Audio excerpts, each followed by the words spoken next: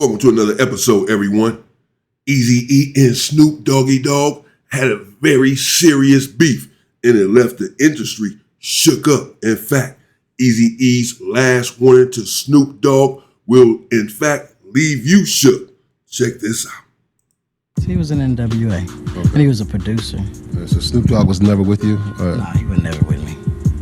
Okay. I noticed you're very short on those two names. You have very little to say. I can talk about them all day. I mean, I make money from Dre and Snoop, so it don't matter. That's how I was with Eazy-E. I loved Eazy-E. Right as a kid. But I never could be friends with Eazy-E when I got with Dr. Dre. I could never say, damn, Eazy, you a bad I what you play, your shit is hard. I always had to be like that.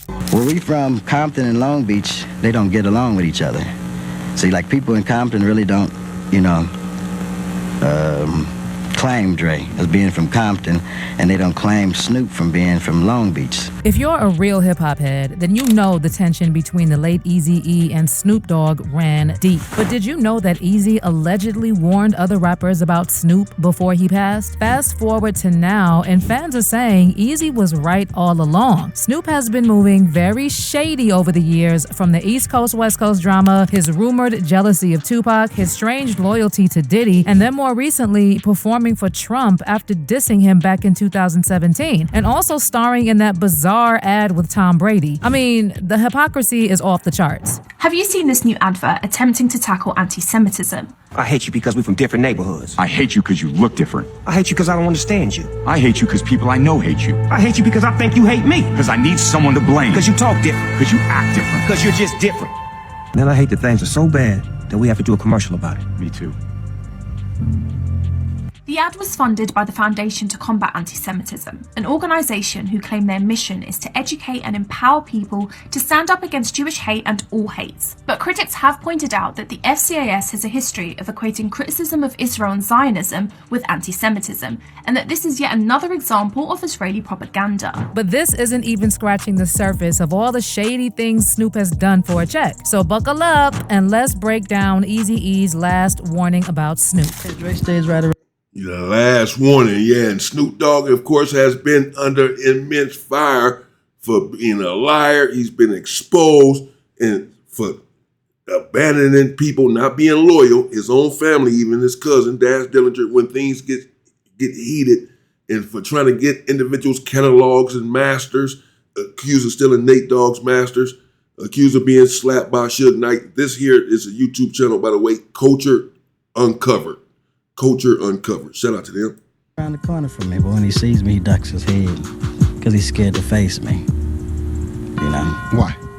Why? Because he's screwed up. People out there know how he really was. Next month, it will be 30 years since hip-hop lost a real one, Eazy-E, an undeniable pioneer of gangster rap and a major force in shaping the culture as a member of the legendary NWA. Born and raised in Compton, Eazy-E co-founded Ruthless Records with Jerry Heller, dropping some of the most influential tracks in hip-hop history. But behind the scenes, things got messy. See, Heller wasn't exactly loved by the rest of the group, and Eazy's loyalty to him caused some serious tension. That frustration eventually led to Ice Cube leaving in 1989 to drop his solo classic, America's Most Wanted. And 2 years later, Dr. Dre bounced, linking up with Suge Knight and Michael Harry O'Harris to form Death Row Records. So when Dre linked up with Suge Knight to build Death Row, he wasn't just making business moves. He was setting up a direct rival to everything NWA had built. Death Row came in with that heavy, raw, street-focused energy and quickly became a serious threat to NWA's legacy. But it wasn't just about the competition.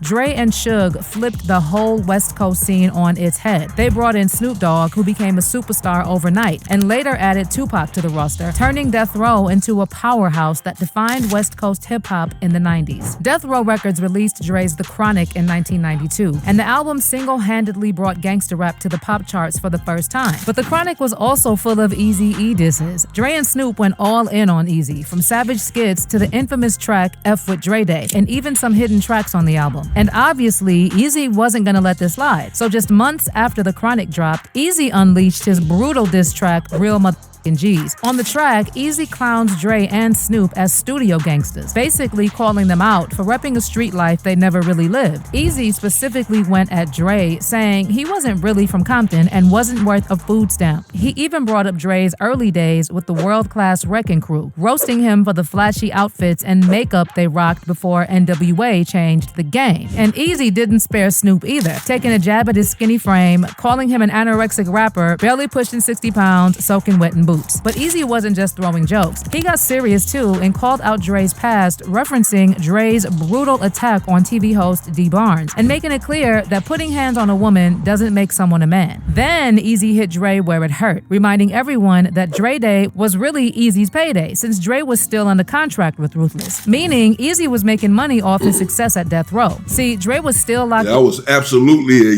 ruthless record that Eazy-E put together with BG Knockout and Dresta, where he dissed Snoop Dogg and dissed Dr. Dre.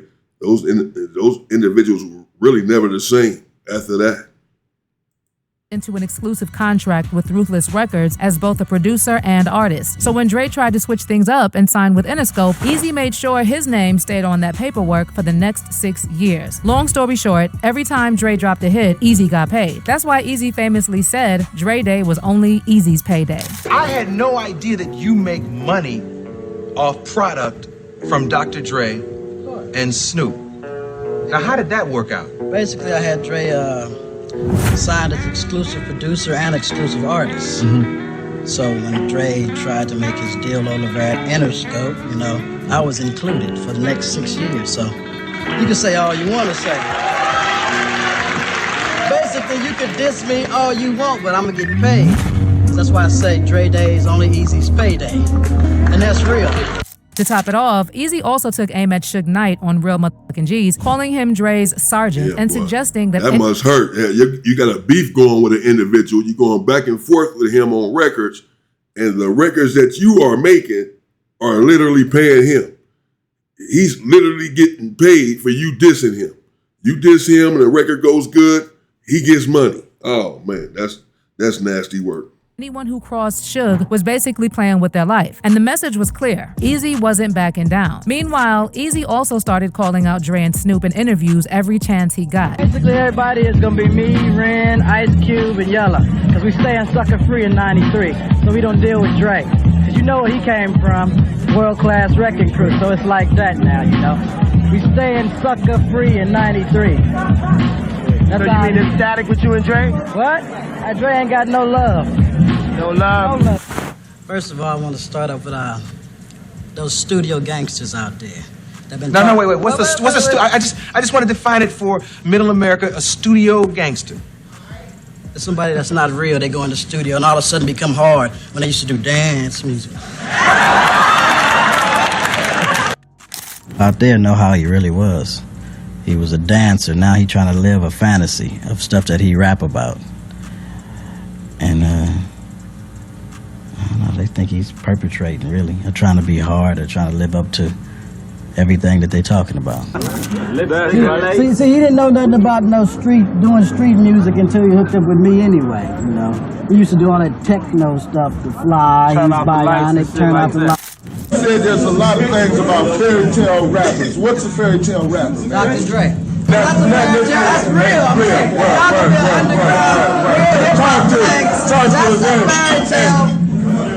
Now, as for Dre, he reportedly accused Eazy of teaming up with Jerry Heller to cheat the rest of NWA out of their money. But it later came out that Jerry was allegedly playing Eazy too, and pulling some shady moves behind his back. See, before Eazy's passing in '95, he cut ties with Heller after realizing the betrayal. And apparently, Eazy confided in close friends that Jerry had been skimming off the top for years. Ruthless rapper BJ Knockout even told Hip Hop DX that Eazy found records showing millions missing from the label, allegedly stolen by Heller himself. And then another Ruthless artist, Toger, claimed Eazy always blamed Jerry for causing the fallout with Cube and Dre, saying Heller's manipulative tactics were what really tore NWA apart from the inside. But when it comes to Snoop, Eazy wasn't so understanding, and he apparently always thought of Snoop. Yeah, he still never messed with Snoop, but apparently Cube was right then when Cube made his diss record, No Vaseline, and he said Jerry Heller was playing all of them.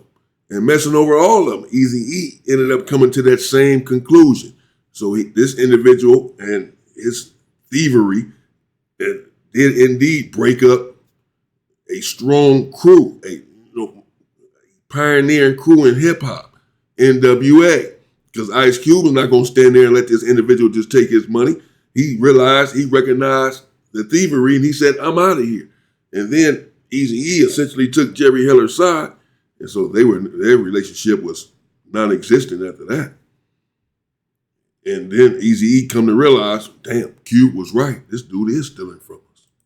As a snake. Now, some folks in the industry later said that the tension was really just about label politics, Ruthless versus Death Row, rather than a personal beef between Eazy-E and Snoop. But others claimed that Eazy had a bad feeling about Snoop and was telling people in his circle that Snoop couldn't be trusted. Now, fast forward to now, and fans are again calling out Snoop Dogg's hypocrisy and saying Eazy-E was right all along when he warned folks not to trust Snoop. To start off, there's been a lot of speculation that Snoop was secretly jealous of Tupac's rise on Death Row. Before Pac joined the label, Snoop was the golden boy. He was the star after Doggy Style dropped in '93. But when Pac came in with his charisma, storytelling, and street energy, he completely took over. Suddenly, Death Row was all about Tupac, and Snoop was in the background. Now here's where it gets shady. Some folks even believe that Snoop knew about the hit on Pac and didn't warn him. Snoop was around some major players who had deep industry and street connections, and yet, instead of standing by Pac's side, he distanced himself right before his death. So according to Warren G, he convinced Snoop to stay in LA instead of going to Vegas with Tupac and Suge on the night Pac was shot in '96. Warren said Snoop was originally planning to hit up Vegas for the Mike Tyson versus Bruce Seldon fight on September 7th, 1996, the same night Tupac was ambushed. But at the last minute, Warren talked him into staying in LA instead. Warren also recalled that while he and Snoop were kicking it in his spot in LA, someone alerted Snoop on his Nextel walkie-talkie that Tupac was shot. He came to with me for the fight instead of going to Vegas. So he never went to Vegas? He never went to Vegas. He didn't go off top. So we watched the fight. We doing everything, watching the fight, having a good time. And we was hanging out, some females and shit around. They was hanging out, everybody chilling and just having a good time, just. And then he got just like a gang of homies, gang of homegirls, and then it's like. Then he had the Nextel back then. Remember the motherfucker? Yeah. I don't know what kind of Nextel he had, but he had the motherfucker could go that whatever it was hitting him all the way from what was going on from Vegas. Wow. So they was like, we could hear the shit, and then he started getting calls and shit, and they was telling him that Tupac got shit and da-da-da-da-da, this, that, and this. So Snoop, I kicked everybody out. Get the out of here, everybody, get out of here. And he took off. That's when he went to Vegas to go see him. But here's where it gets sketchy. Suge Knight later questioned why Snoop was carrying a walkie-talkie that night. And he basically hinted that Snoop knew that Tupac would be ambushed that night. Only way you would have a radio if you was at the fight with us and you had a security detail. Not having a security detail, what are you doing with the radio? But Suge didn't stop there. He also pointed out that Snoop and former Death Row artist Daz Dillinger were on a track with Tupac's alleged killer, DeAndre Smith. And he also claimed that Snoop warned Daz. Yeah, that is crazy that Snoop Dogg ended up getting on a track with an individual that's accused of being in the car of the shooter of Tupac. Some individual had even accused this individual of being the shooter. Nevertheless, word is Snoop Dogg absolutely made a record with this individual. And why would you do that if Tupac is your boy? I mean, and Snoop Dogg had already explained, and we hear now why he did not end up in Vegas. But it being a conspiracy that Snoop Dogg, out of his jealousy, had this done to Tupac, or at least was indifferent to it. May have been indifferent. I don't know. He may have cared about it at some point, or, in his way. But that he had it done, no. Individuals were, of course, accusing Suge Knight of it. All of these conspiracy theories with someone as well loved as Tupac, people want answers. And so people are going to come with their own theories for the most part. But the fact that he had a walkie-talkie is not an indication that he was in on it. In fact, instead, I believe what happened is that Tupac got into an incident right there and it escalated. And that was a spur of the moment, spontaneous situation. That was not anything that was planned out. Same thing with Nipsey Hussle. As not to go to Vegas on the night of September 7th, 1996. And then Suge dropped another bombshell, claiming that Snoop lied about getting kicked out of the hospital when he supposedly went to visit Tupac after the shooting. While Warren G said Snoop told him he was heading to see Pac, according to Suge, Snoop never actually showed up to the hospital. Not once. On top of that, as soon as Pac was gone and Suge got locked up, Snoop didn't waste a second declaring his loyalty to Diddy. Snoop even went on the Steve Harvey show with Diddy just months after Tupac died to talk about squashing the East Coast West Coast beef. And obviously, the timing was super shady. You know, I know all about this East Coast West Coast rivalry thing here, but we in Chicago now. This rivalry stuff, we gotta stop it, man. We stop that, we stop a lot of this violence. Now, whether y'all like it or not, y'all role models, and your music affect a lot of people, and you need to start considering yourself examples to these young people. If either one of you wants to use Steve Hightower's music and sample it, then I want to see a little East Coast, West Coast love up in here. Yo, Steve, check this, man. All that East Coast, West Coast stuff is a bunch of media hype. It's been my dog from day one, you know what I'm saying? It's all good between me and him. That's my peoples. For real, that's what we came here for. We came here to light it up and ride it up. We make music for everybody. And then what also got fans looking at Snoop sideways is that whole situation with Eminem and Yeah, that ain't really that one, you know, I mean, it's good, obviously, that you're trying to squash the East Coast, West Coast beef on national TV on the Steve Harvey show and mitigate the violence in the communities. There's nothing wrong with that, but the timing is going to be suspicious, and people are going to be put off by that. The fact that individuals believe that at this time that Tupac, that these individuals perhaps had something to do with Tupac's death. That people were saying that Puffy put $1 million on his head, and Puffy paid the Southside Crips to do it, and this and that. So you going on TV with Puffy talking about squashing the beef months after Pac is gone, and people are up in arms. Yeah, well, not so good. Diddy. See, right after Eminem threw shots at Diddy, suddenly Snoop starts acting funny, downplaying M's spot in hip-hop. When M dropped that bar on Kill Shot about Diddy being involved in Pac's murder, Snoop suddenly came out saying that Eminem isn't even in his top 10 list of rappers. He has probably put Eminem in a position where he could be labeled as one of the top 10 rappers ever. I don't think so, but the game feels like he's top 10 lyricists and all that comes with it, but that's just because he's with Dr. Dre, and Dr. Dre helped him find the best Eminem that he could find. But it doesn't end there. Fast forward to now, and Snoop's hypocrisy has reached new levels. Remember how back in 2017, Snoop publicly called out artists who were rumored to perform at Trump's inauguration, calling them Uncle Toms? So ain't nobody gonna perform for Donald Trump, huh? Which one of you jigaboo ass gonna be the first one to do it? I'm waiting. I'm gonna roast the out one of you Uncle Tom ass for doing it. That Which would be one you, Snoop. gonna do it first? You. I was the one that performs for himself. And he didn't stop there. Snoop also dropped a music video where he literally pretended to assassinate a Trump. Imagine that. Imagine making a video saying which one of you jigaboo Uncle Tom's gonna be the first to perform for Donald Trump. I should perform for you, master. He did all of that. And then it was him. You're it. You were the one that did it. Now that's crazy. Look-alike. Now, it ain't no fun when the rabbit got the gun, huh?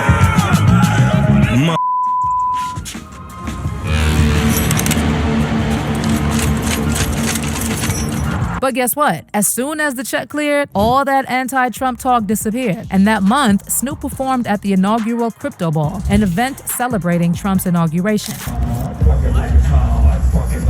He performed at the Crypto Ball as part of inauguration weekend for Donald J. Trump. Someone snapped a pic and put it on Twitter as well. Rick Ross also performed. My mother say, Rose, man, you playing to win tonight, man. You sharp as a mosquito's needle. What's going on? That's that crypto, see? They let a real crip up in the Crypto Ball. Sell out. Bang, bang. Snoop didn't post anything about the event on Twitter. On Instagram, he loves Instagram. He has posted 15 times today. 15 times today. Nothing about the event last night. So now fans are dragging Snoop for proving once again that he'll do literally anything for a bag. Yeah, Eazy-E warned us. And after all this, the real question is, was Eazy-E right about Snoop Yeah. all along? It seems Eazy peeped game early when he called out Snoop as a studio gangster and warned people that he wasn't as real as he made himself out to be. But what's your take on all this? Was Eazy right about Snoop? And how do you feel about Snoop's reputation as a snake? Drop your comments below and don't miss out on... This is going out to you studio gangsters. I used to bump that Eazy-E song. I swear, I was bumping it a couple of months ago in my truck. I still be bumping that song. That's crazy.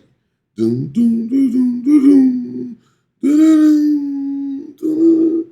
He went off up in there. All right, there you have it. Eazy-E sent a warning to Snoop Dogg, his last warning, his final warning to this guy. He said, I'm still getting paid off of him and Dre. I'm not really tripping. But even when Eazy-E began to forgive some individuals and sort of settle some of the beefs, he never did settle anything with Snoop Doggy Dogg. He felt like that individual was an absolute snake. Again, accused of not being loyal, scamming, and leaving individuals for dead, abandoning them when they need him the most.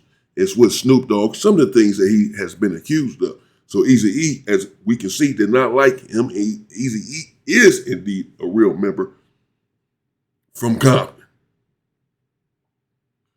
The saga continues with Snoop Dogg. He said all of this stuff about Donald Trump, and then as we can see, he ended up going over there and performing for Donald Trump after saying that whoever does this is, all of these despicable names that he called whomever would so much as perform for Donald Trump, but then he went and did it himself. There you have it. Eazy-E, rest in peace, brother. Let me know what you think in the comments. Stay safe and stay free. Ooh.